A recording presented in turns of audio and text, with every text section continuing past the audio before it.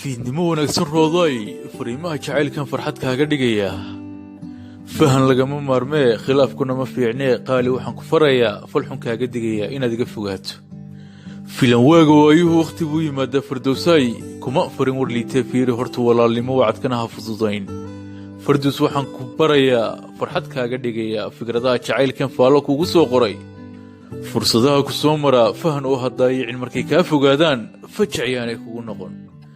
mar waxaad filaysaa farxad iyo wanaag badan horta fahan ujeedada fariimahaygu guud ahaan farxad bay sidaane filo ubax sidii wacan ma foolxumo warkayga iyo fikirkaa dadaal mudan